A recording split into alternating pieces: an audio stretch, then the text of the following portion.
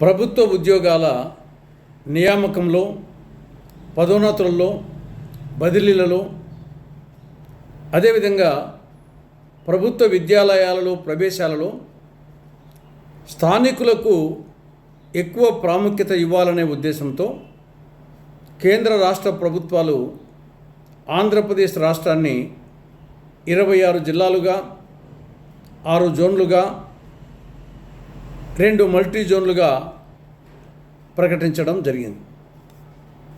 సంతోషం. ఇందులో జోన్ 1 కింద శ్రీకాకుళం, విజయనగరం, పార్వతీపురం, మన్యం, విశాఖపట్నం, అనకాపల్లి జిల్లాలు వస్తాయి. జోన్ 2 కింద అల్లూరి సీతారామరాజు జిల్లా, తూర్పుగోదావరి, కాకినాడ, అంబేద్కర్ కోనసీమ జిల్లాలు వస్తాయి.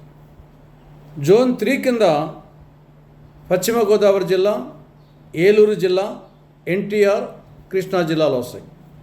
జోన్ 4 కింద గుంటూరు, పల్నాడు, బాపట్ల, ప్రకాశం, నెల్లూరు జిల్లాలు వస్తాయి.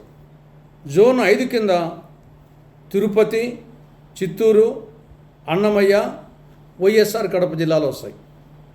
చివరిగా జోన్ 6 కింద కర్నూలు, నంద్యాల, అనంతపురం, శ్రీ సత్యసాయి జిల్లాలు వస్తాయి. సంతోషం. ఇందులో జోన్ 1, 2, 3 మల్టీ జోన్ 1 కింద, జోన్ 4, 5, 6 మల్టీ జోన్ 2 కింద వస్తాయి. స్థానికేతరకు సంబంధించి స్థానికంగా ఉండేవారికి 95%, స్థానికేతరులకు 5%గా ప్రకటించడం జరిగింది. ఇక్కడ రాజధాని ప్రాంతాన్ని ఫ్రీ జోన్గా ప్రకటించాల్సిన అవసరం ఉంది. రాజధాని ప్రాంతంలో అక్కడ ఉద్యోగ అవకాశాలు, విద్యా అవకాశాలు ఎక్కువగా ఉంటాయి. రాజధాని అనేది రాష్ట్ర ప్రజలందరికీ సంబంధించిన అంశం. ఇప్పుడు రాష్ట్ర సచివాలయం కానీ, రాజభవన్, హైకోర్టు, శాసనసభ, శాసనమండలి, హెడ్ ఆఫ్ ద డిపార్ట్మెంట్స్ ఇవన్నీ రాజధాని ప్రాంతంలో ఉంటాయి. అక్కడ విద్యా ఉద్యోగ అవకాశాలు ఎక్కువగా ఉంటాయి. దీన్ని ఫ్రీ జోన్గా చేయకపోతే రాష్ట్రంలోని మిగతా ప్రాంతాల వాళ్ళు ఇక్కడ అవకాశాలు ఉండవు. ఈ స్థానికేతర కింద 95% స్థానికులకు, 5% మిగతా ప్రాంతాల వారికి. ఆ విధంగా ఇక్కడ విద్యా ఉద్యోగ అవకాశాలు ఎక్కువగా ఉంటాయి కాబట్టి ఫ్రీ జోన్గా చేయకపోతే రాష్ట్రంలోని మిగతా ప్రాంతాల వాళ్ళు నష్టపోతారు.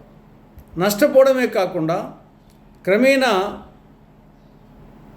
రాజధానితో సంబంధాలు మనకు లేవనే భావన వస్తుంది.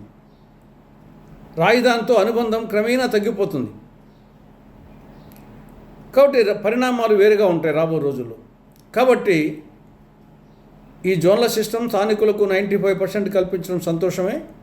కానీ ఈ యొక్క రాజధాని ప్రాంతంలో ఉన్నటువంటి ఈ యొక్క రాష్ట్ర సచివాలయం, అసెంబ్లీ, శాసనమండలి, రాజ్భవన్, హైకోర్టు, మిగతా హెడ్ ఆఫ్ ద డిపార్ట్మెంట్స్ను ఫ్రీ జోన్గా అందరికీ అవకాశాలు స్థానికులకు ఉంటాయి, స్థానికేతరులకు ఉంటాయి. వీటిలో మాత్రం గతంలో ఉమ్మడి ఆంధ్రప్రదేశ్లో కూడా హైదరాబాదు ఒక జోన్గా ఉన్నప్పటికీ నేను చెప్పినటువంటి రాష్ట్ర సచివాలయము, head of the departments, high court, assembly ఇవన్నీ ఫ్రీ జోన్గా ప్రకటించడం జరిగింది, అందరికీ అవకాశం ఉండే విధంగా. అదేవిధంగా ఇక్కడ కూడా ఆంధ్రప్రదేశ్లో రాజధాని ప్రాంతంలో ఉన్నటువంటి పైన పేర్కొన్న వాటిని ఫ్రీ జోన్గా ప్రకటించాలి, అక్కడ అందరికీ అవకాశాలు కల్పించాలని కేంద్ర రాష్ట్ర ప్రభుత్వాలకు విజ్ఞప్తి చేస్తున్నాం.